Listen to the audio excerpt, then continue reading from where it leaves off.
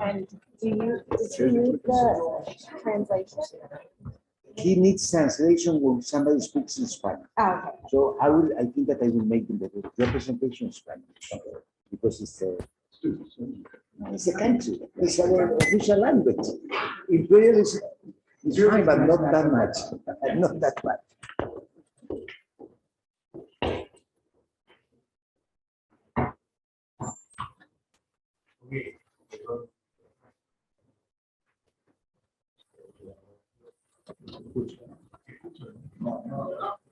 Ay, que estaba gritando otro lado. I was pressing something else. Entonces, couldn't be heard. So Es un gusto para nosotros, it's a un wonderful for honor, us, an honor un gusto tener en la to universidad have in our university a dos grandes two economistas great encabezados economists este headed tour by por Joe this Stiglitz. tour by Joe Está de más Joe conocerlo. Stiglitz. Cuando a mí me a comentan de él, yo digo, pleasure to me. mira, When they cuando uno hace una comment lista that, de los 20 economistas más importantes, para no ser exagerado, del siglo XX, Joe Stiglitz va a estar en todas las listas.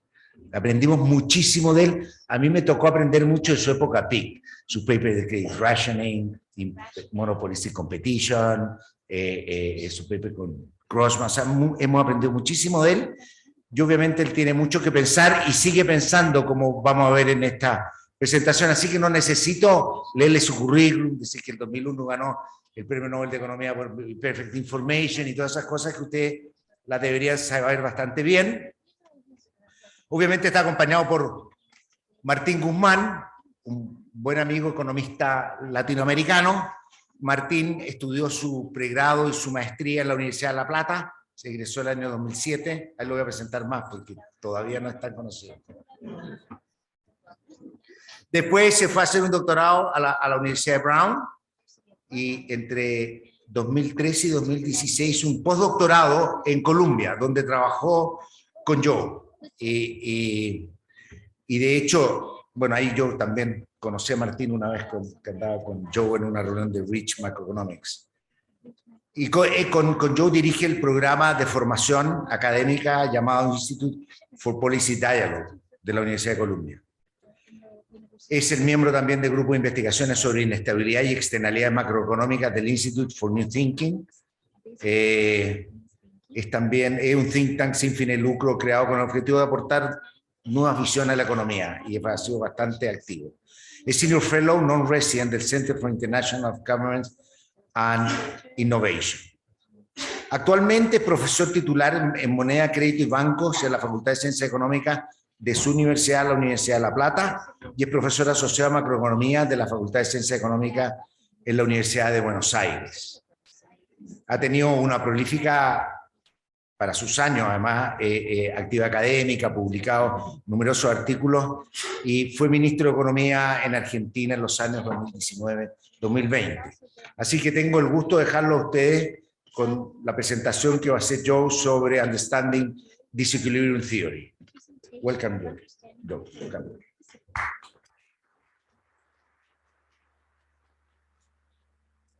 Well, it's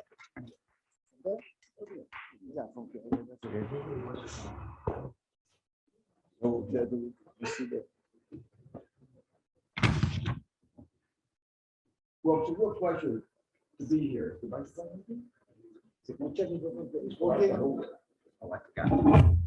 It's a real pleasure to be here, and what we're going to be. Y lo que vamos a estar hablando el día de hoy se trata de el repensar macroeconomías.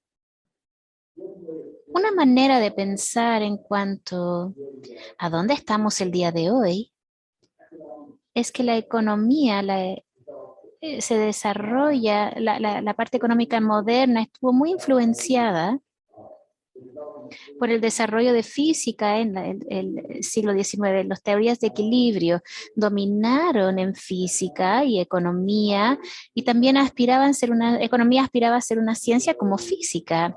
Así que desarrollaron teorías y esa es la metáfora que tuvo mucha influencia en la evolución de pensamiento económico estándar. Pero el mundo en el cual vivimos, en realidad, no es un mundo de equilibrio.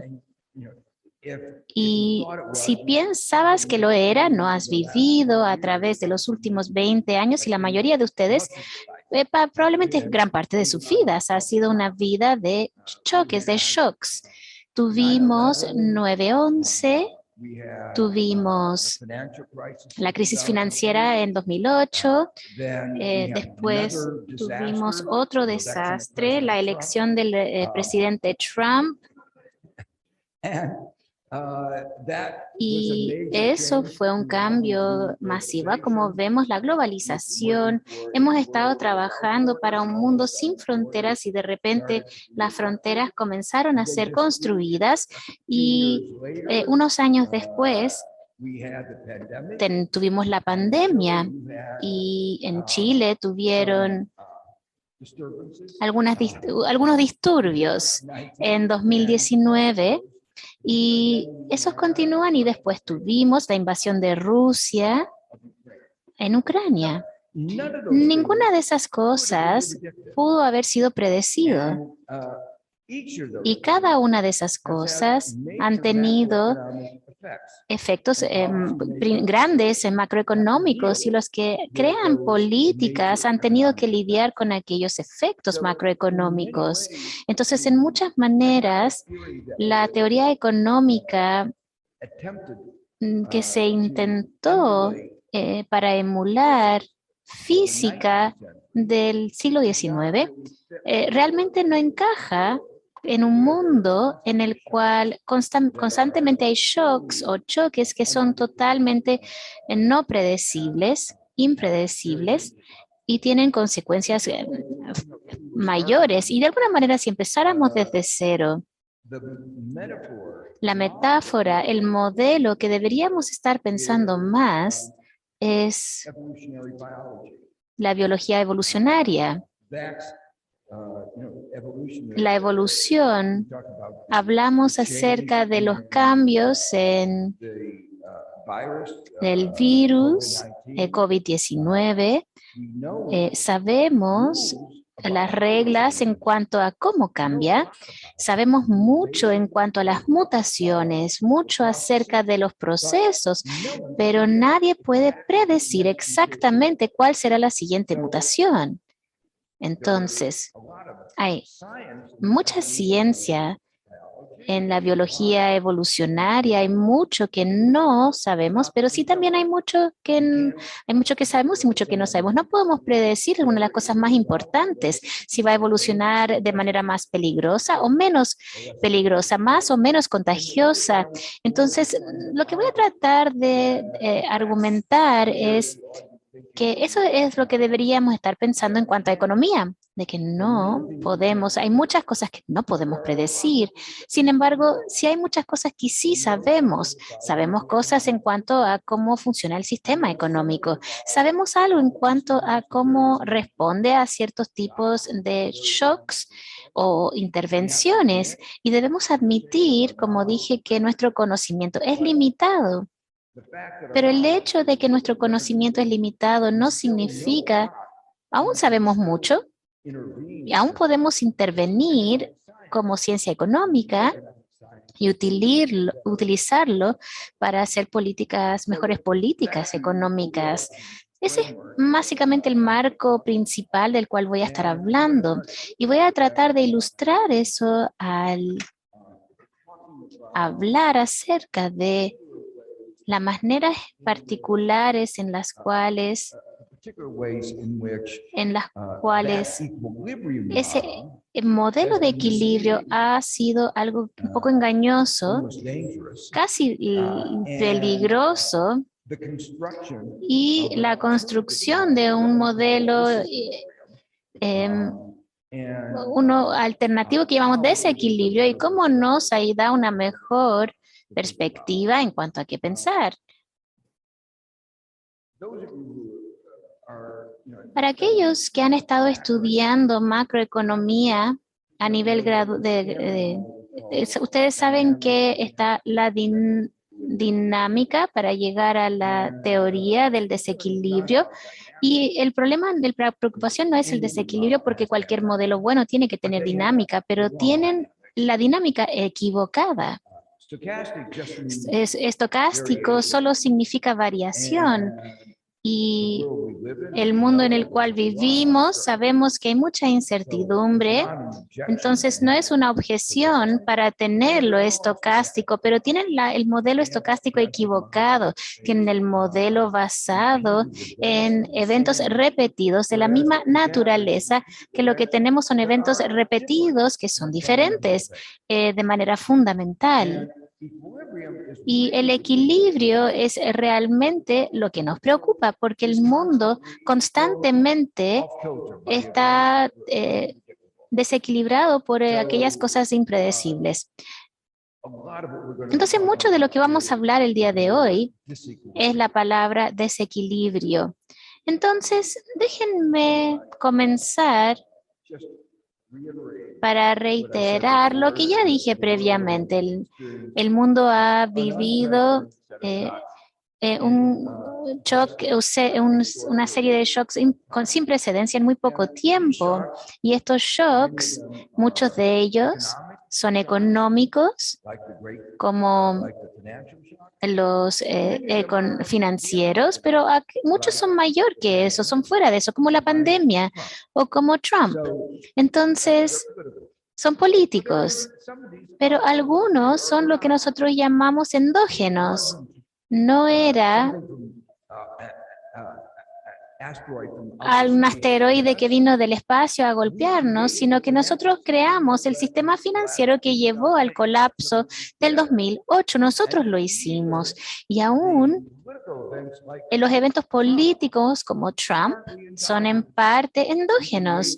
Nosotros creamos una sociedad dividida, un nivel de inequidad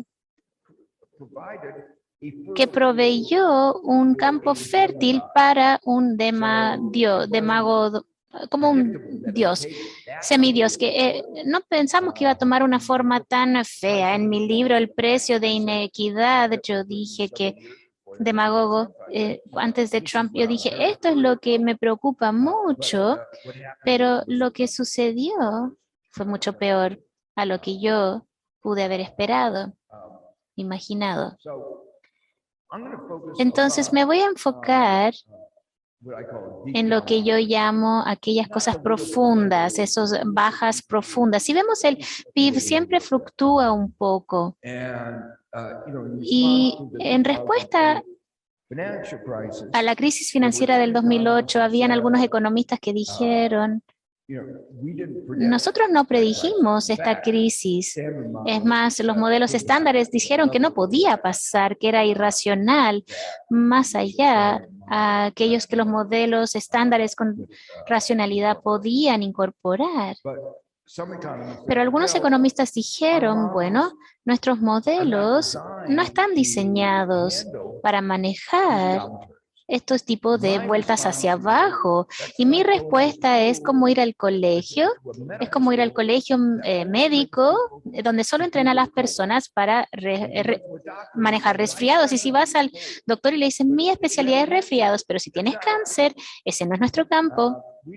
Nosotros no manejamos personas enfermas, solamente personas con pequeñas enfermedades. Y las cosas que afectan la vida de las personas aún más son aquellas cosas más profundas. Podemos ver las fluctuaciones que no son profundas, pero las profundas como la Gran Depresión son las que tenemos que entender. Y yo creo que estudiar estas cosas como la depresión profunda nos da mayor entendimiento de cómo el sistema económico funciona. Es un poco como en medicina. La patología es muy importante. Patología es cuando el cuerpo humano no funciona normalmente. Entonces, al entender qué sucede cuando no funciona normalmente, entendemos entonces lo que es normal. Entonces, para mí, estudiar la Gran Recesión, la Gran Depresión, la respuesta a la pandemia, estos son eventos que nos han enseñado mucho en cuanto a cómo funciona el sistema. Entonces, las preguntas claves son cómo la economía del mercado genera fluctuaciones tan grandes en la demanda agregada, desproporcionadas a cualquier choque exógeno en las variables del estado físico o tecnológico. Y segundo, ¿qué son las dinámicas de ajuste? ¿Por qué son tales que son altos niveles de desempleo pueden persistir? No solamente que el desempleo sube y después baja, sino que nos tomó 5, 6 años para recuperarnos de la gran recesión. Nos tomó más de 12 años recuperarnos de la Gran Depresión. Entonces, cualquier buena teoría tiene que proveer un entendimiento de estas preguntas y también algunas políticas de cómo poder responder. Y uno de los problemas con el modelo estándar de DSGE es que tuvimos una crisis financiera que involucró al sistema bancario, pero créanlo o no, y no quiero decir nada de los bancos centrales frente a, bueno, pero lo voy a decir.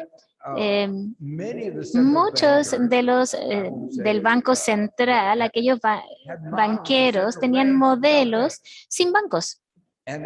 Y si no tenías bancos, no tendrías un banco central.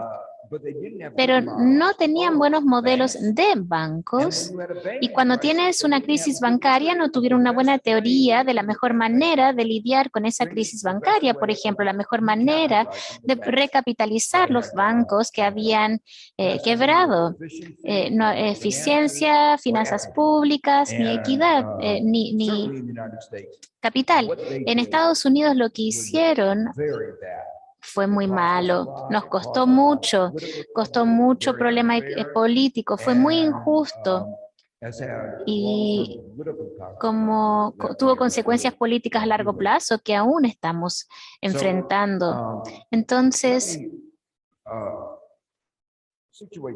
déjenme situar esto un poco en un contexto histórico y lo que me refiero a lo que me refiero es que el contexto del desarrollo de la teoría económica.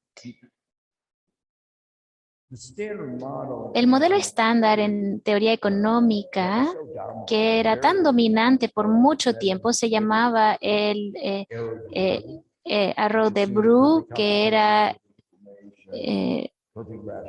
racionalidad perfecta, muchas cosas como esa, y un conjunto de mercados de riesgo para todo tipo de naturaleza. Y ese modelo estándar lo que implicaba era que no había algo que no se podía no anticipar. Entonces todo lo que sucedía era una posibilidad. Entonces, cuando pensaban en cuanto a esto, no solamente contemplaban la posibilidad de que Trump se fuera escogido y también la pandemia, sino que tenían mercados donde podías también transar. Podías decir, si eso sucede, yo te pagaré esta cantidad y si no sucede, entonces tú me pagarás a mí esta cantidad. Entonces tenías estas cosas que se pagaban según cada evento. Y el punto es que estos mercados existían en el tiempo cero. Entonces piensen cómo podían imaginar, cómo podías tener valores en un desastre nuclear antes de pensar en energía nuclear. Entonces el modelo, en un mundo de innovación y cambio, el modelo es incoherente, pero ha sido un modelo sumamente influenciable. Entonces ese modelo no hay shocks. Y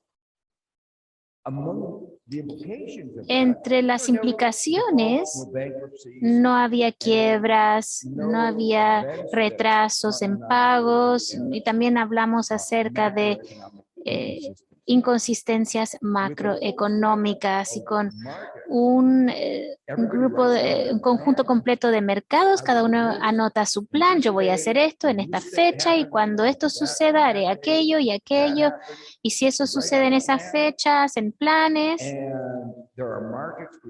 y hay cosas en cada una de estas áreas y cada de esos mercados se aclaran y no hay sorpresas, simplemente algo que anticipabas, tiene posibilidad, termina siendo realidad. Entonces, ¿no te sorprende? Una de esas cosas que iban a ocurrir y viste que sí ocurrió, uno de esos riesgos. Entonces, eso significa que la vida de todos es bastante aburrido. Hay momentos en el tiempo cero, atrás, en cuando naciste, todo estaba ya preestablecido y tú simplemente mirabas cómo las cosas sucedían. Y como dije, no es muy interesante. Ahora, si no has seguido exactamente todo lo que acabo de decir, está bien, porque es tan mala economía que te muestra que no has perdido tu tiempo aprendiendo los modelos equivocados. Así que, pero sí es el modelo dominante en economía, o lo fue por mucho tiempo, y después el problema ocurrió. ¿Qué pasa si es que no existe estos mercados completos o estos mercados de riesgo completos? Y en particular lo más interesante fue lo que sucede en el contexto de macroeconomía, cómo opera todo el sistema. La parte principal de la profesión macroeconómica resolvió, y lo pongo entre comillas, se resuelve el problema de la ausencia de mercados de riesgo trabajando con un modelo como una economía que es simplificada. Y la pregunta es, ¿son las simplificaciones adecuadas? ¿Funcionaron con un modelo con la simplificación? ¿Dónde? Donde no necesitas mercados. Entonces, la ausencia de mercados terminó siendo no muy importante porque supusieron un mundo en el cual que si hubiesen mercados, no habría transacción en esos mercados. Y ese es el modelo de la representación donde todos son iguales. Entonces, de alguna manera, por construcción, crearon un modelo en el cual la ausencia de mercados no tenía consecuencias. Y comenzaron su análisis con eso. Y una de las cosas que implica esto es que no hay inconsistencias macroeconómicas, no hay quiebras, porque si no hay mercados, no hay posibilidades de que se atrasen en su pago. Entonces, es un modelo bastante extraño. Solo tiene finanzas si alguien está prestándole a otro, pero si todos son iguales, entonces, ¿quién va a prestarle o a quién se le va a prestar? Entonces, para aquellos que han estado siguiendo eventos recientes en economía, hay algunos modelos llamados Hank Heterogeneous New Keynesian que han tratado de remediar este efecto, este defecto que en Keynes, y lo han hecho de tal manera que es igualmente o casi tan malo porque ellos suponen que de alguna manera, cuando tienes esta heterogeneidad, que las personas podrían averiguar el equilibrio de lo que la economía sería, cómo sería la economía si hubiera mercados completos, un conjunto completo de mercados. Y toma el computador mucho tiempo resolver ese problema y misteriosamente discuten que cada uno de ustedes son lo suficientemente inteligente para poder averiguar todo esto que le toma al computador horas y días resolver. Y hay un marco que dice, bueno, tal vez no lo has resuelto, pero actúas como que sí lo hiciste. Pero la manera que lo haces como es un misterio. Pero aún es peor que eso, porque para que el computador pueda resolver eso, deben saber las preferencias de cada persona y la tecnología de cada firma. Pero el punto de un mercado de economía es que no tenemos esa información y no necesitamos esa información. Planificación Central tenía esa información, pero eso nunca funcionó. Entonces, es una descripción de una economía de mercado que no existe. Y es un requerimiento de información que es imposible. Entonces, el punto más importante es que No es posible que todos los planes sean consistentes en cada estado y es probable de que sean revelados no para ser consistentes en algunos riesgos en ciertas fechas. Y vemos eso todo el tiempo en las crisis múltiples que tenemos alrededor del mundo, no solo en países en desarrollo, no solo en Argentina, sino por ejemplo en Estados Unidos en 2008. Entonces, el punto de fondo aquí es que este equilibrio estándar o este supuesto es equivocado, es erróneo. Aún más, este modelo estándar tiene una especie de dificultad porque cuando se está en equilibrio, ¿qué es lo que ocurre?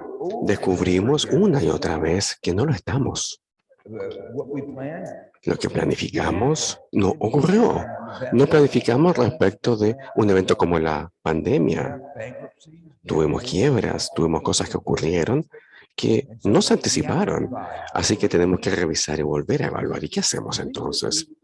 Las cosas que no anticipamos, creíamos que estábamos en equilibrio, salimos del equilibrio y luego asumimos que en el siguiente momento vamos a estar en equilibrio, aun cuando después simplemente nos damos cuenta que no tampoco estábamos en equilibrio.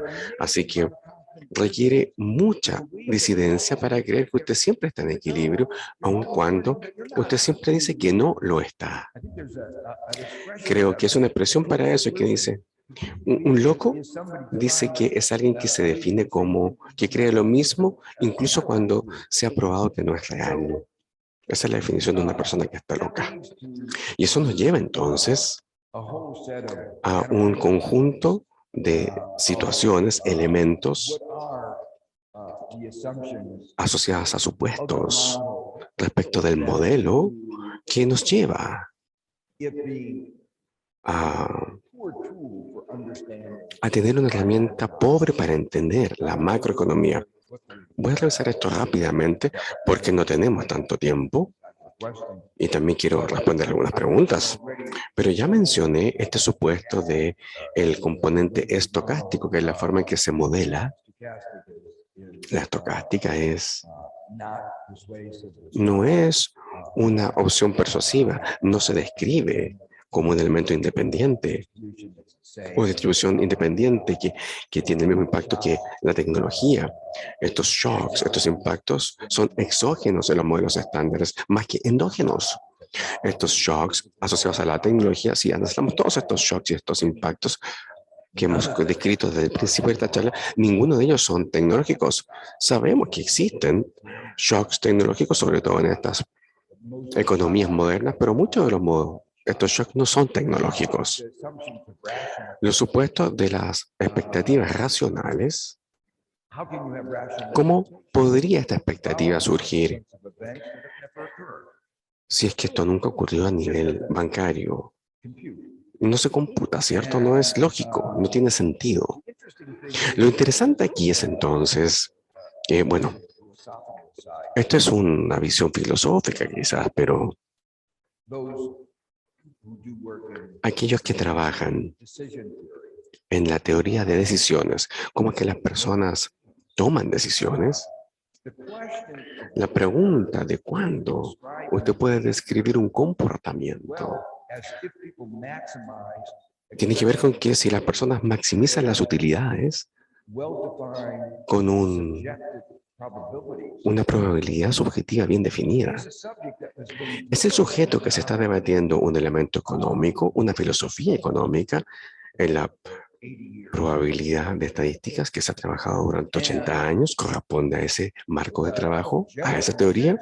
El consenso general es que no se puede hacer eso. Y hay desviaciones sistemáticas enormes a partir del supuesto que se requiere para utilizar la utilidad esperada.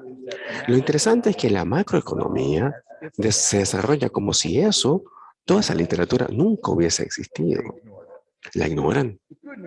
La buena noticia es que mucho trabajo en economía tiene que ver con una economía conductual para saber cómo es que las personas sí se comportan en la presencia de la incertidumbre, y la evidencia es que en realidad no es consistente con las expectativas racionales. Bien, hay muchos otros aspectos del efecto de la no distribución que en el modelo de Hank ha mostrado su importancia, y mucho del trabajo que se ha realizado fue antes de aquello del modelo de Keynesian, en donde se argumenta que habían estos elementos de primera prioridad, primera importancia. Se asume que hay movilidad entre los sectores. Los shocks de movilidad no son tan relevantes. La experiencia que vivimos con la pandemia ha enfatizado este elemento vinculado a los shocks. A los servicios, la pandemia le afectó de manera diferente a lo que es la empresa manufacturera. Los bienes no se trasladan bien de un sector a otro, no llegan. Y el estándar, el macromodelo estándar, dice que si hay un elemento agregado de producción donde uno puede trasladar los recursos de un lugar a otro con facilidad. Ese es el principio. Y por supuesto, también asume que las instituciones, los distintos tipos de contrato no importan, pero lo cierto es que sí. Nuevamente, analizando el COVID, uno de los grandes problemas que nosotros experimentamos y vivimos durante el COVID fue que hubo una escasez de oferta marítima en todas las industrias, y el resultado de aquello es que los precios subieron porque la producción bajó, ¿cierto? Pero los barcos, la producción era al igual que antes. ¿Cuál era el problema?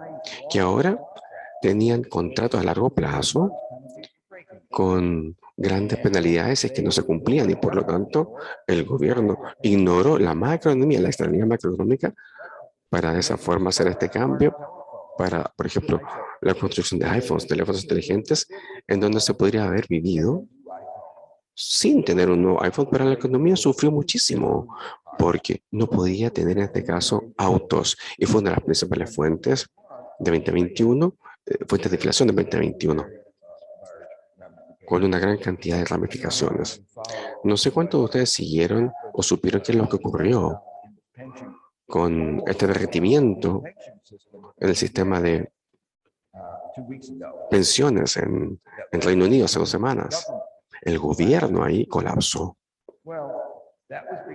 Eso ocurrió porque la pensión de los fondos de pensiones habían firmado contratos con algunos bancos que ignoraron la posibilidad de un evento, como por ejemplo que muchos bancos subieran las tasas de interés, y las tasas de interés subieron muchísimo.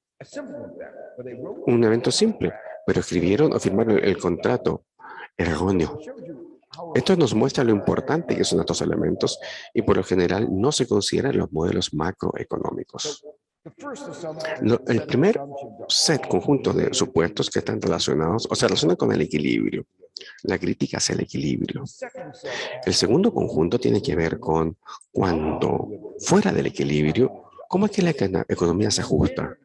Y el modelo estándar señala que misteriosamente vuelve al equilibrio. Yo lo critico.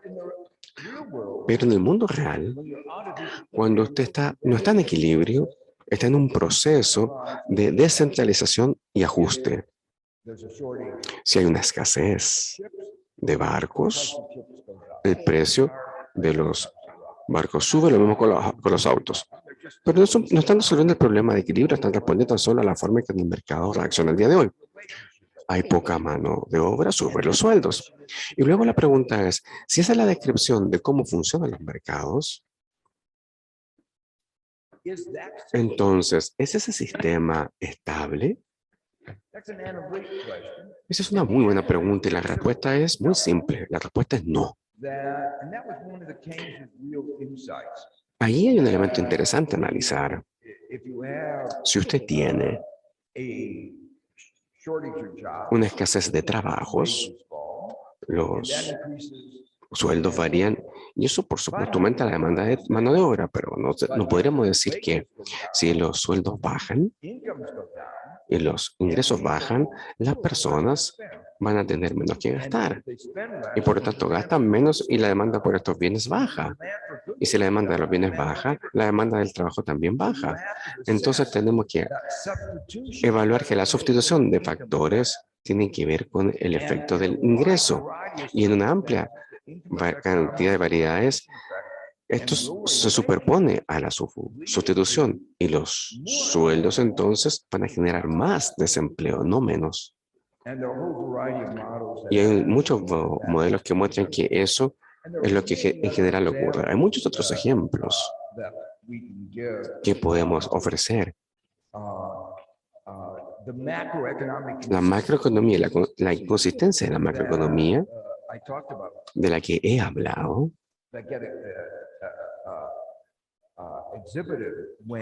se ha exhibido cuando un evento nos anticipa. Cuando ocurre, puede exacerbar más que resolverse por esta dinámica de descentralización. Otro punto que quiero señalar, asociado a este punto, es que este mecanismo anticuado de equilibrio que existía hace un tiempo, era la idea que la oferta genera su propia demanda. Si usted produce, eso crea ingreso. El ingreso tiene que ser gastado y expande al comprar los productos que uno produce. Es una idea antigua y si no la ha estudiado, han estudiado de Gantt, está bien, no se sientan mal porque en realidad no es una muy buena idea. Pero tiene un aspecto persuasivo de todas formas. Pero lo que hay que entender es qué es lo que ocurre o qué está mal con ese razonamiento.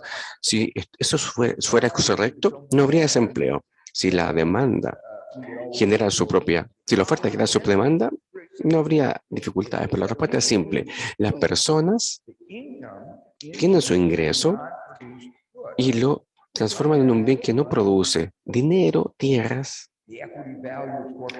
Los valores de distintas o acciones de distintas corporaciones pueden gastar su dinero en cosas para que otros produzcan bienes y luego entonces la oferta no genera su propia demanda para un bien de consumo. Aquí, el punto crítico y fundamental es que estos shocks a la economía que hemos descrito hace algunos minutos, por lo general crean más incertidumbre y esa incertidumbre lleva a una mayor demanda de activos que son vistos como seguros. Y no generar estos activos se considera como el activo más seguro. Entonces, justamente en momentos en que uno tiene estos shocks, son los momentos en que el problema de la oferta no crea su propia oferta o demanda, porque ésta sube. Esto lo hemos visto, por lo menos en Estados Unidos, durante la pandemia. Estados Unidos tiene una tasa de ahorro muy baja, 7%, 2%, bajo el 0%. Entonces, la tasa de ahorro muy baja. En medio del COVID-19, la tasa de ahorros subió un 20%. Y esta tasa de ahorros de la clase más alta subió más de un 40%. Se entendía, comprensible, sabían cuánto tiempo iba a durar, no sabían cuánto iba a durar el COVID, no sabían las consecuencias económicas y por lo tanto,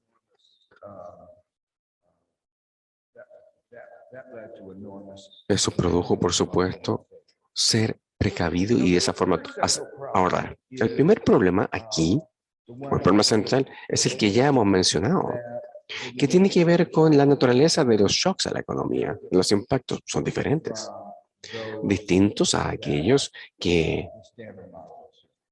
asume el modelo estándar. Son endógenos, no están bien descritos o bien definidos en lo que respecta a la distribución de la probabilidad de la distribución. En otras palabras, queremos decir que son ruido más que un elemento estocástico, porque hay volatilidad. También señalamos que el problema central tiene que entender o tiene que ver con entender la magnitud de los impactos, los shocks, más que más bien la rigidez que puedes entender. Digamos entonces que este es otro ejemplo. Cuando uno construye un modelo, tiene que pensar cuidadosamente respecto de cómo este supuesto que se incluye en el modelo tiene un sesgo hacia lo que es la política. Si usted asume entonces que la única desviación del mundo perfecto, del nirvana, de la competencia perfecta, es una rigidez nominal, entonces, ¿cómo podría volver o cómo el mundo podría volver al nirvana en donde todo es eficiente y todo funciona bien? Bien, elimine entonces este elemento vinculado a la utilidad. Y eso significa bajar el salario de los trabajadores. El supuesto entonces de que el peso nominal de la rigidez es el problema central es un supuesto que señala que si no o si podemos, si es que podemos, hagamos que los trabajadores sufran más. Primero sufren porque no hay porque no hay empleo y ahora les vamos a bajar los sueldos. Entonces ahí hay que debilitar a los sindicatos.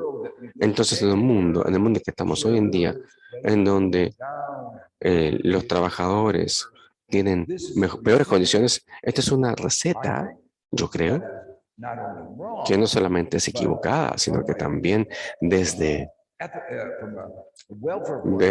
un punto de vista ético es desastroso. Cuando pensamos entonces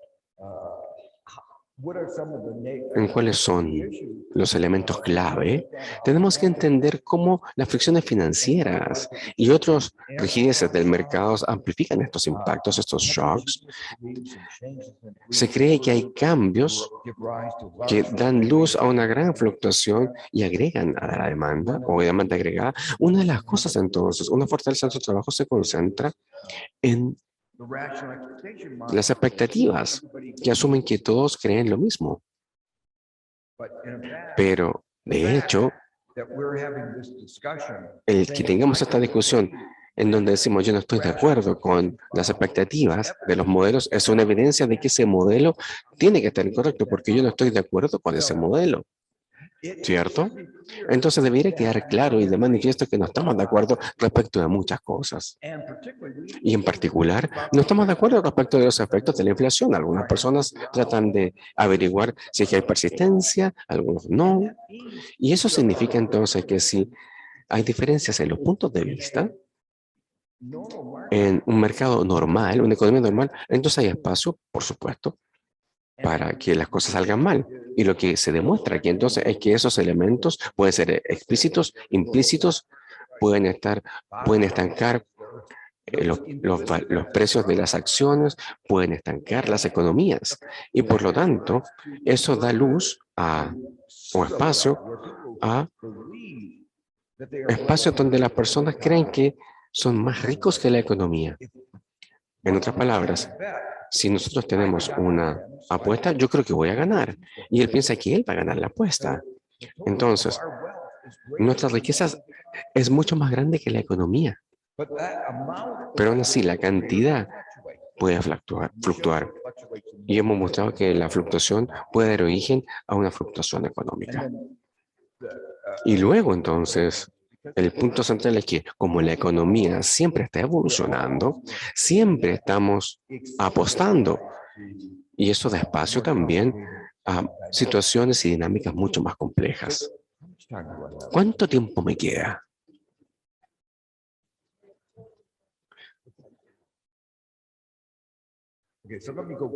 Ya, me voy a apurar un poco entonces.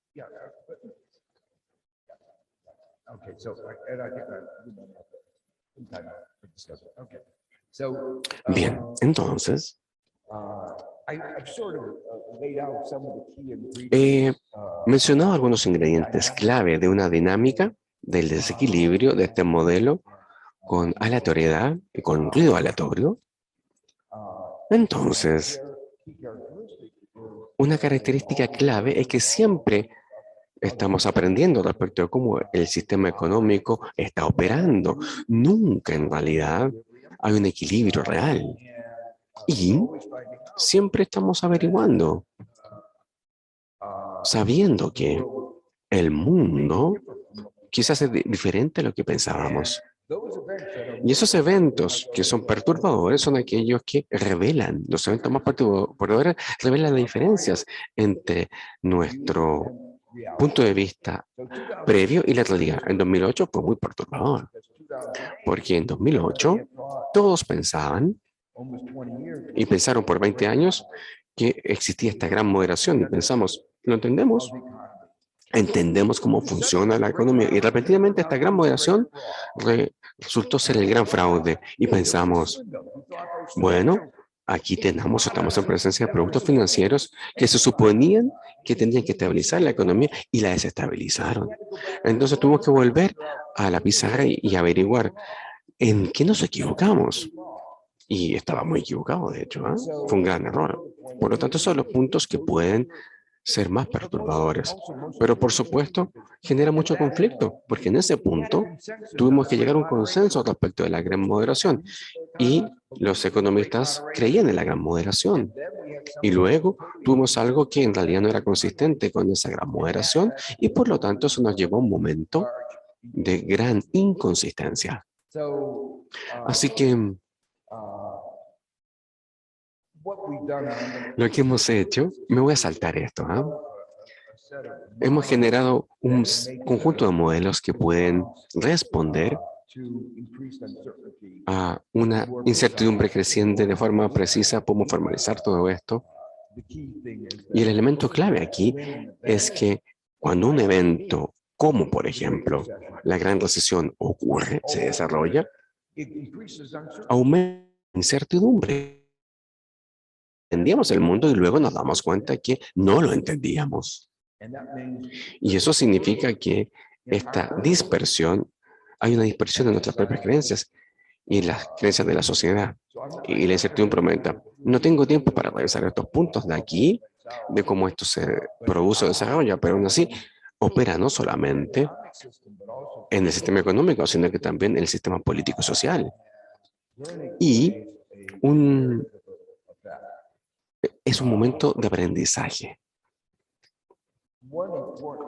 Un punto importante tiene que ver con las personas en los bancos centrales. El Fondo Monetario Mundial tiene un trabajo muy difícil porque tienen que hacer predicciones. Y uno de los problemas es que estas son grandes instituciones, ¿verdad? Tienen modelos y cuando hay un shock, un impacto, lo pasan mal adaptando sus modelos a este cambio tan rápido en la evidencia respecto de lo que ocurre en el mundo. Por lo tanto, ¿qué hacen? En la práctica, hacen exactamente lo que yo les dije hace unos minutos. Hay una disidencia y creen que el mundo no ha cambiado, pero aún así simplemente creen que están en el último impacto o el último elemento. El mundo era como yo pensaba que era, pero aquí me equivoqué en el mes pasado tan solo. Así que ajustan ese último mes y luego cometen el mismo o hacen el mismo tipo de pronóstico. ¿Y qué ocurre? Como el mundo es muy diferente a lo que ellos creían, se vuelven a equivocar. ¿Pero qué hacen entonces? Nuevamente se resisten a aprender, aun cuando es evidente que se han equivocado. Entonces nuevamente cometen el mismo error. Y esto ocurre una y otra vez. Por lo tanto, aquí hay un par de gráficos de la Reserva Federal. Yo creo que ustedes hacen un mucho mejor trabajo aquí en Chile, ¿eh? Pero aquí se muestra cómo es que periodo tras periodo siguen teniendo el mismo tipo de curva y siguen ajustando para, nos equivocamos solamente en el mes pasado, pero va a crecer tal como lo habíamos predicho. Así que creo que esto demuestra la resiliencia de la Reserva Federal en no aprender. No aprender. Son resilientes en no aprender. ¿Eh? Hay que darles el crédito por eso, por ser tan porfiado. Este es otro ejemplo del Fondo Monetario Internacional. No solamente ocurre en la institución, esto es algo que ocurre, y espero que cuando ustedes vayan a estas instituciones, ustedes hagan un mejor trabajo que estos señores, sobre todo para aprender que el mundo es diferente a lo que ellos creían que era, sobre todo cuando hay un evento como por ejemplo la Gran Recesión, que en este caso era diferente a lo que se creía. Por lo tanto, lo que es difícil, estos son elementos no lineales, son complicados, son cambios fundamentales en la estructura y son distintos a lo que nosotros creíamos. Por lo tanto, no nos debería sorprender de que esto es difícil. Y uno de los partes de la investigación entonces ha sido mostrar exactamente lo mal que los procesos de aprendizaje son con los modelos lineales, predicciones lineales, cuando la estructura subyacente es no lineal y por lo tanto el mundo es no lineal, claramente. Ahora voy a invertir unos pocos minutos en esta guía asociada a las políticas. Una pregunta fundamental aquí tiene que ver con cómo restauramos la economía de forma rápida para que haya mucho empleo cuando hay inconsistencias macroeconómicas que aparecen. Y lo que quisiera enfatizar aquí es que hay muchos instrumentos, estándares que ver con la política, pero el marco del cual estamos hablando, el marco que nuestro destaca algunos temas adicionales. Hay temas muy importantes, más de lo que tradicionalmente nos damos cuenta, pero un aspecto de esto es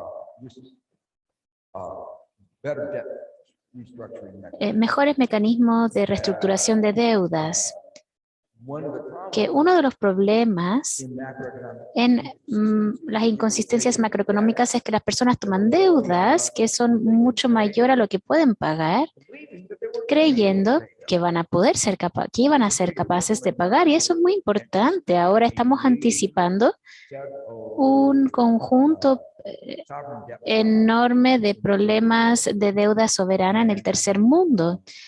Y no tenemos buenos mecanismos para la reestructuración de deuda, y si lo tuviéramos, restauraría la economía global más rápido.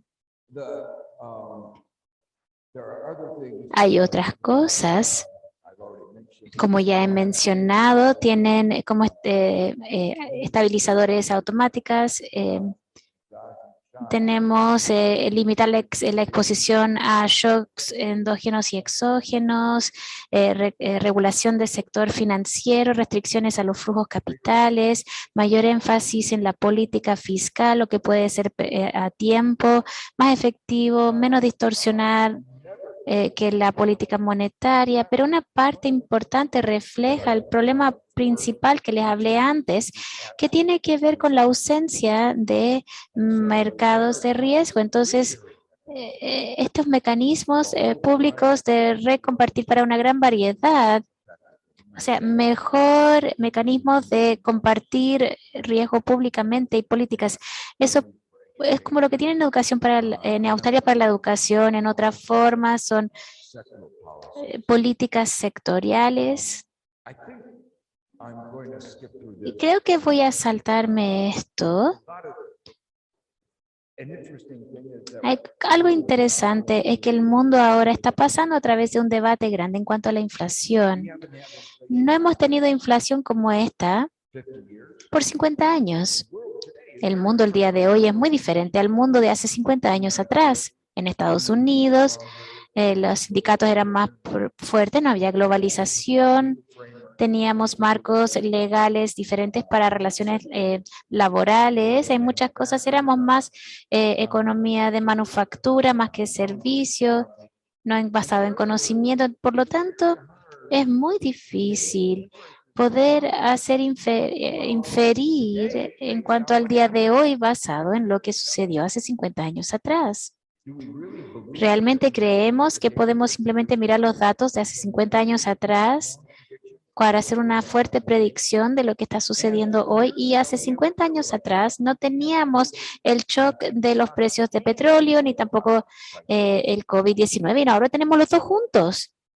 Entonces, todo esto ilustra el hecho de que estamos en un desequilibrio el día de hoy haciendo inferencias y ahora es mucho más difícil inferir y sería el caso usando un modelo de equilibrio. Entonces, quiero enfatizar el peligro de usar un modelo de equilibrio cuando estás en estas situaciones en la cual la formación de creencias heterogénea y tenemos que realmente entender aquellas,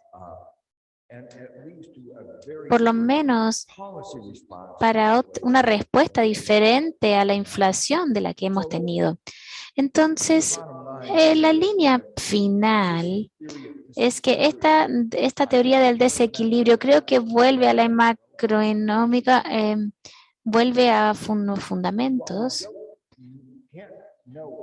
No podemos saberlo todo. Sabemos que no sabemos todo y es mejor pensar eso que pensar que sabes lo que no sabes y sabemos que no sabemos, entonces hay ciertas cosas en común que sí sabemos y que sabemos que en una baja económica este tipo de política puede ser efectivo y sabemos que estabilizadores automáticos pueden ser muy efectivos. Entonces lo que quiero enfatizar es que sabemos menos de lo que pretendemos saber con el modelo de equilibrio, sin embargo, no nos deja sin respuesta. Sí sabemos mucho y al enfocarnos en lo que sí sabemos, en la base del modelo de desequilibrio, creo que podemos hacer un mejor trabajo en política que actuar como que sabemos más de lo que realmente sabemos. Muchas gracias. Muchas gracias. Muchas gracias, Joe. Él va a seguir hablando después a los alumnos. Sé que tendremos oportunidad de verlo nuevamente, pero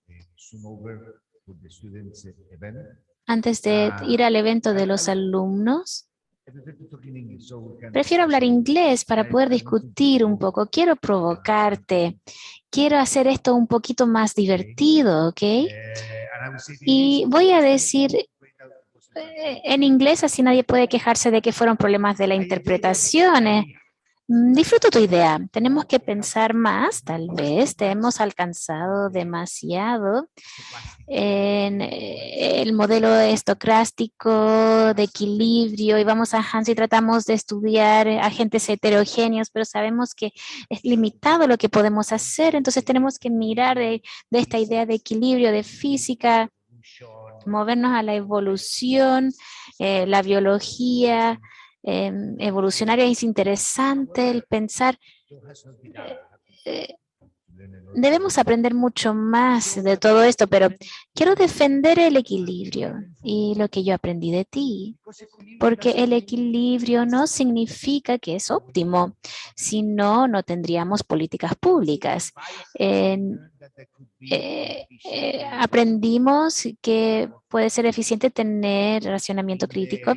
Entonces, en el modelo Billy-Stiglitz, que hoy es la base de Banco Central, en los modelos del Banco Central, hemos aprendido en esos modelos de que puede haber un equilibrio con firmas monopolísticas, ineficiencias, y por encima de eso,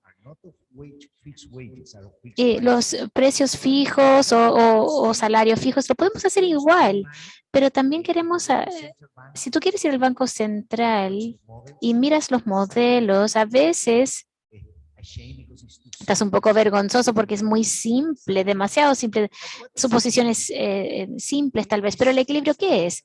Es una manera, como yo lo aprendí, el equilibrio es los consumidores están haciendo lo mejor que pueden de acuerdo con la demanda.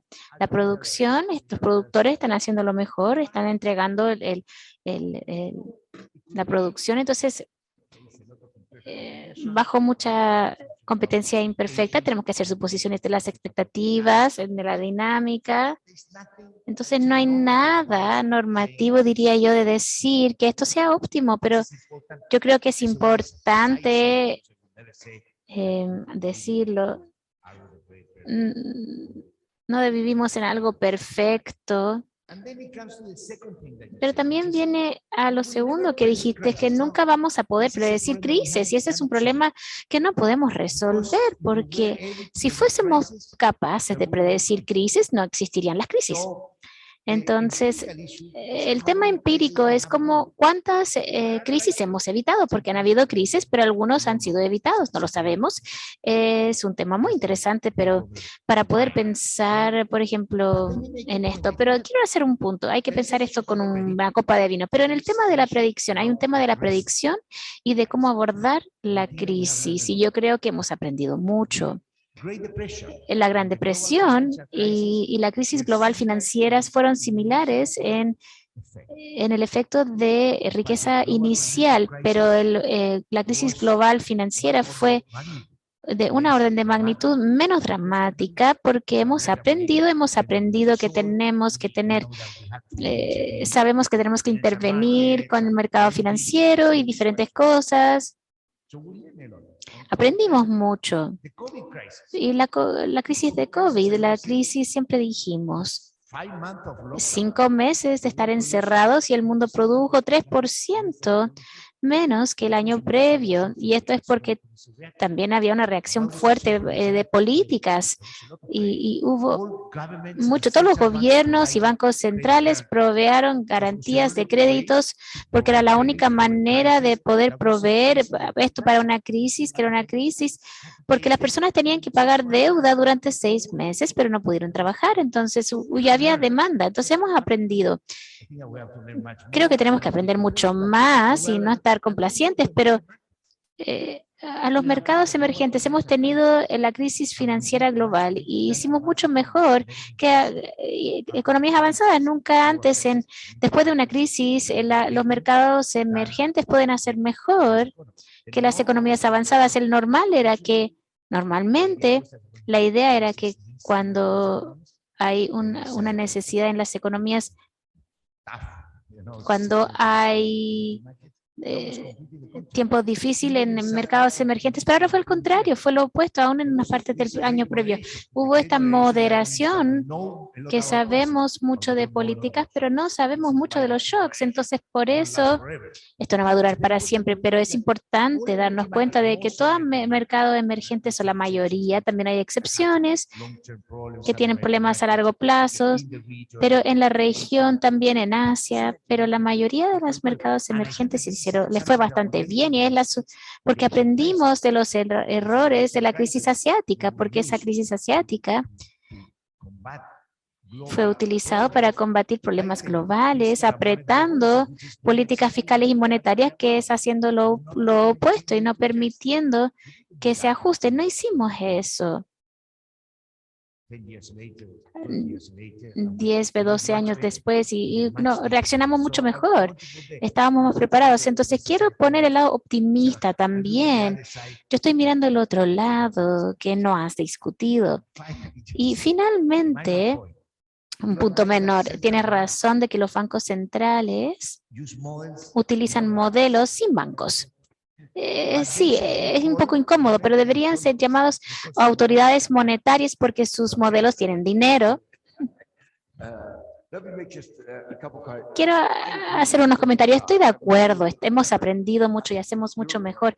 Y creo que tu punto es que, y en realidad hay mucha evidencia empírica que las economías están más estables y se gestionan mucho mejor en los últimos 80 años que en los previos 120 años de capitalismo. Hemos, yo creo, hecho mucho mejor y creo que hemos aprendido mucho, pero también es el caso de que los modelos que he criticado realmente en algunas instancias nos han movido en la dirección equivocada. Y esos son algunas de las cosas que queremos desaprender lo que hemos aprendido inadecuadamente. Entonces, quiero dar algunos ejemplos. Y sin ser personal, voy a mencionar algunos nombres. Es una inconsistencia. Sí.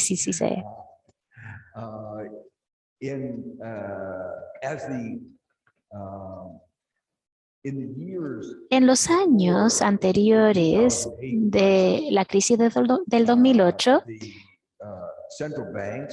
los bancos centrales de la Reserva Federal en especial utilizó modelos donde ellos creían que el riesgo estaba diseminado a través de la economía y que los mercados eran racionales, y ellos dijeron, por lo tanto, la desregulación financiera aumentaba la eficiencia e ignoraron los efectos de las innovaciones financieras en aumentar la inestabilidad.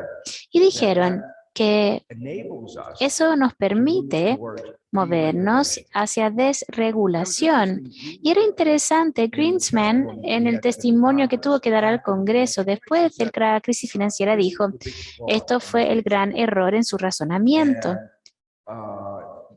Y hubo toda una película llamada The Flaw. Y el punto es que él tomó los modelos demasiado en serio y no aprendió de la historia de las crisis financieras. Y eso lo llevó a algunas políticas que hacían que la economía fuera más inestable. Y después, un poco después, Bernanke, después de la burbuja inmobiliaria se quebrantó, esos modelos que ellos utilizaron, eso no podía suceder porque no hay burbujas en modelos racionales. Él dijo, no te preocupes, los riesgos están contenidos porque hemos diversificado nuestra economía. Bueno, pocos meses después, tuvimos una crisis financiera. Ahora, yo creo que sí estamos haciendo progreso. Y quisiera también estar en un punto optimista. Los modelos que utilizaron no tenían la interrelación entre los bancos, ni siquiera lo estudiaron. Escribí un libro con Bruce Greenwald hablando acerca de cómo cuando tienes una red de bancos, el colapso de uno puede llevar a una cascada de quiebras. Y uno de los problemas del modelo estándar era porque como no tenían bancos, no tenían esta prevención de cascada de bancos, y eso tenía un efecto. Y uno de los bancos centrales estaba preocupado, que era el Banco de Inglaterra. Tenían un economista ahí, Andy Haldane, que hizo un trabajo extraordinario de articular estas preocupaciones, pero no tuvo efecto en la mayoría de los bancos centrales alrededor del mundo, incluyendo el Banco de Inglaterra. Pero era el director de investigaciones y aún así tenía efecto limitado. Y yo creo que hemos aprendido y estamos continuamos aprendiendo. Y quiero hacer un comentario del equilibrio. Cuando hablamos acerca de equilibrio, el modelo estándar se enfoca en intertemporal. ¿Cómo tomas decisiones sobre un tiempo infinito? Y lo que hemos enfatizado en el desequilibrio dice, lo que realmente importante aquí es la incertidumbre y cómo respondes. Ahora, óptimamente necesitas pensar en que a través del tiempo y en la incertidumbre los modelos son complicados, así que tienes que simplificar. Y el punto que yo creo que quiero enfatizar es que resulta que en momentos de crisis la incertidumbre es más importante que las otras ecuaciones, que son las ecuaciones que describen asignaciones intertemporales. Martín, ¿quieres? Tú sabes lo que quiero decir, así que lo voy a decir en español. ¿Me escuchan? Can you hear me okay? Okay, first of all, I would like to thank for the invitation and thank the authorities of the university president, of the faculty, Jose, and everybody here. It's an honor to be here in the University of Chile, here with Joe. So going to the questions that Jose is talking about, some comments that are complementary to Joe's response. What is the intention that we have behind this theoretic construction? What we always try is to better understand how it works, how the economic system or the economic systems in general work, and that can also help us to be able to have a better guide to be able to have economic policy. And for that, we help ourselves with models. Every model is based on a set of axioms, and there's a range of actions that are related to that. Jose was explaining that the equilibrium is not only efficiency, effectively.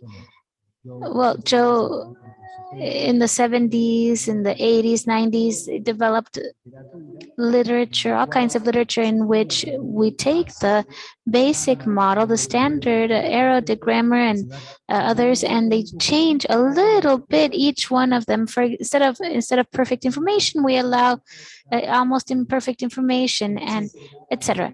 And what we see is that effectively we have situations in which there is an equilibrium in the market without the market solution being efficient, and that gives space to the intervention, or that it can be optimal that there be certain intervention on the side of the economic policies.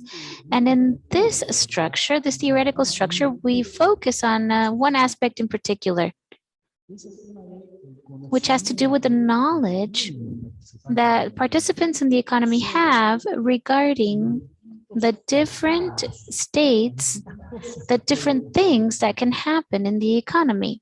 The market, world market in general, assumes that we have complete information of the spaces that can happen in the economy. So let's say that you could think that there is different probabilities for things, but all things that can happen in the world, all of them, we can define them. And what we found is that that was a great limitation to the understanding of the dynamics of the economies. There are things that are impossible to anticipate. Who would have been able to anticipate, for example, a pandemic followed by a war like we have had in the last 3 years? And what this means is that when we make decisions, economic decisions, it's impossible to know that in each one of the contingencies that can be presented, that we are going to have the transversality situations are going to come through. So there are going to be situations in which the financial system is going to be in a state of inconsistencies. And there is a set of promises and contracts and credit and debt relationships that van a resultar inconsistentes con la suma de recursos que hay en la economía. ¿Sí? Las cuentas no cierran. ¿Y qué pasa cuando esa situación de inconsistencias macroeconómicas se presentan? Para nosotros ese es un objeto de estudio muy importante, porque eso tiene consecuencias para la dinámica de la economía. Y el esquema tradicional, este es un fenómeno que no aborda. Por supuesto que esto es complementario de todas otras construcciones teóricas en donde las condiciones de transversalidad siempre se cumplen. Las implicancias de política son de gran relevancia. Por ejemplo, en un mundo como en el mundo de Arrow de Bray, en el mundo de mercados completos, no existen los problemas de sostenibilidad de las deudas. No pasa nada, porque pudimos definir para cada contingencia cuál es la relación entre el deudor y el acreedor que se puede cumplir. Bueno, ¿qué pasa si no estamos ahí? ¿Cómo resolvemos un problema de inconsistencia macroeconómica? Y ahí yo explicaba la importancia de contar con mecanismos para ello. Este esquema también nos permite preguntarnos más profundamente sobre las cuestiones de coordinación en una economía de mercado. Cómo los agentes económicos, cómo toda la sociedad termina coordinándose y qué características tienen las soluciones de una economía de mercado. Una discusión muy interesante que tuvimos en estos días, entre ayer y hoy, aquí en Santiago, con varias de las personas con las que tuvimos muy valiosas reuniones, era el tema de la inflación. Y esto de la coordinación surgía todo el tiempo. Escuchábamos que, y bueno, yo desde Argentina, nosotros lo sabemos muy bien, la inflación en Argentina ha sido históricamente el principal problema de la economía. Hay digamos, un foco puesto en evitar que el proceso se vuelva persistente, que la formación de precios empiece a incluir un componente de expectativas que le dé persistencia al fenómeno de la inflación.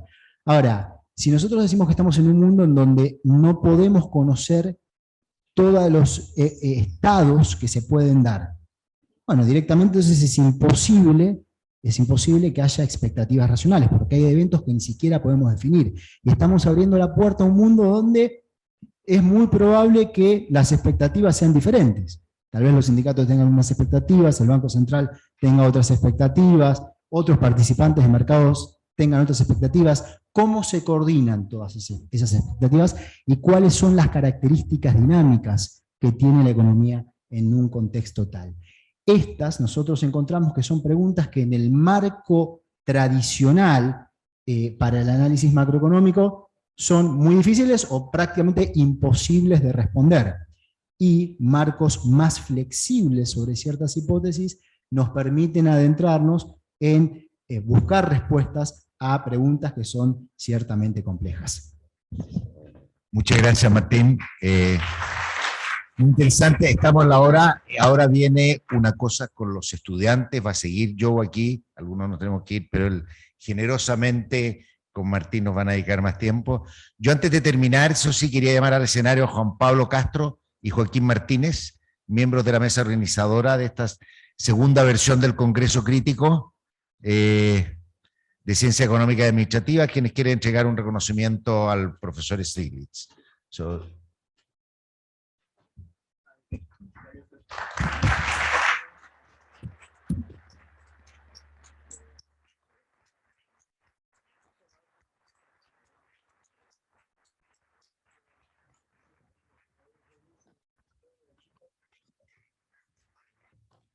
Ahora, los estudiantes...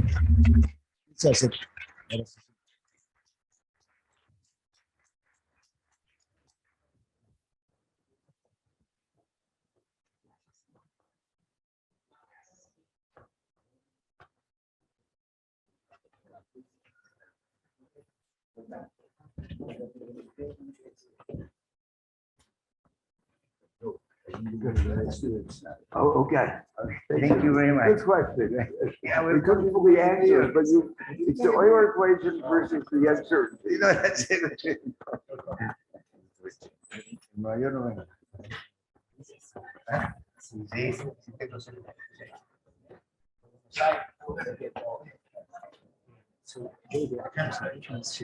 What? I think what I am thinking that maybe like we did in the project, actually.